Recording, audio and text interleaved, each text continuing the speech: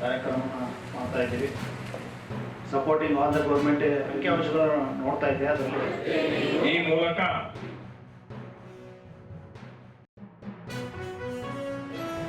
Bonded labour ನಾವು ಸಮಾಜದಲ್ಲಿ ಕಾಣ್ತಾ ಇದ್ದೀವಿ. ಈ ಬಾಂಡೆಡ್ ಲೇಬರ್ ತಮಗೆಲ್ಲ ಗೊತ್ತಿರೋ ವಿಷಯ.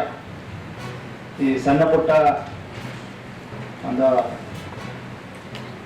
ಸಾಲ ಪಡೆಯೋದು, it may be because of poverty, may be on some financial difficulties ಇದ್ದಾಗ ನಾವು ಹೋಗಿ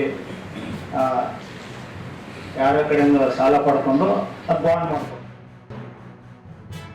ಯಾವುದೇ ನಾಗರಿಕರು ಪ್ರಜೆಗಳು ಇಂಥ ವಿಚಾರಗಳು ಘಟನೆಗಳು ಕಂಡು ಬಂದಲ್ಲಿ ತಕ್ಷಣ ಇದಕ್ಕೆ ಫೋನ್ ಮಾಡಿದರೆ ನಾವು ಕೂಡ ಕಾರ್ಯಪ್ರವೃತ್ತರಾಗಿ ತಕ್ಷಣ ಆ ಸ್ಥಳಕ್ಕೆ ಬಂದು ಸ್ಥಳದ ವಿಚಾರವನ್ನು ಮಾಡುವಂಥದ್ದು, ಇದಕ್ಕೆ ಸಂಬಂಧಪಟ್ಟ ಅಧಿಕಾರಿಗಳಿಗೆ ವಿಷಯವನ್ನು ತಿಳಿಸುವಂಥದ್ದು.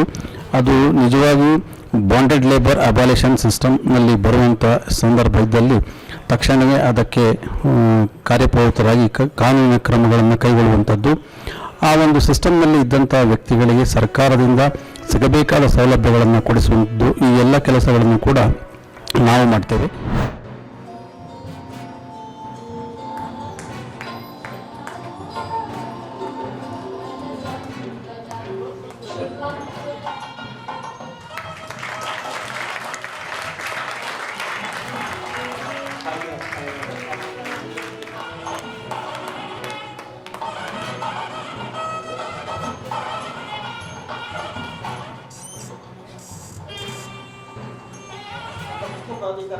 ನನ್ನ ಸಹಚರ ಚಿಕ್ಕವಿದಯ ಅಂತ ಕವಿ ಇದ್ದಾರೆ ತುಮಕೂರಿನಲ್ಲಿ. ಅವರ ಅಣ್ಣ ದೊಡ್ಡ ವಿದಯ ಅಂತ ಬಂದರು. ಆಗ ಪ್ರಾರಂಭವಾದಂತಹ ಇದು ಚಿದಾನಂದ ಮೂರ್ತಿಯವರು ಅವರು ಬಂದಾಗ ಒಂದು ದೊಡ್ಡ ಪುಸ್ತಕ ರಾಶಿ ಅವರ ಕೊಠಡಿಯಲ್ಲಿ ಎಲ್ಲ ಪುಸ್ತಕಗಳು ತೆಗೆದುಕೊಂಡು ಬಂದು ಸುಮಾರು 100 ಪುಸ್ತಕಗಳಿದ್ರು.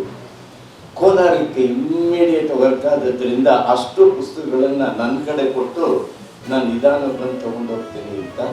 ಅಂದರೆ ಆ ಹೊತ್ತು ಅಂಕುರಿಸಿದ ವಿಶ್ವಾಸದ ಒಂದು ಅದರ ಬೇರುಗಳು ಅದು ಹೇಗೆ ಕೊಂಬೆ ರೆಂಬೆಗಳಾಗಿ ಕಾಂಡಗಳಾಗಿ ಅದನ್ನು ವಿಸ್ತಾರವಾಯಿತು ಜ್ಞಾಪಿಸ್ಕೊಂಡ್ರೆ ನನ್ನ ಅಂತರಂಗದಲ್ಲಿ ಈಗಲೂ ಕೂಡ ಚಿದಾನಂದ ಮೂರ್ತಿಯವರು ಪ್ರತಿಷ್ಠಾಪಿತರಾದರು ಅಂತ ನಾನು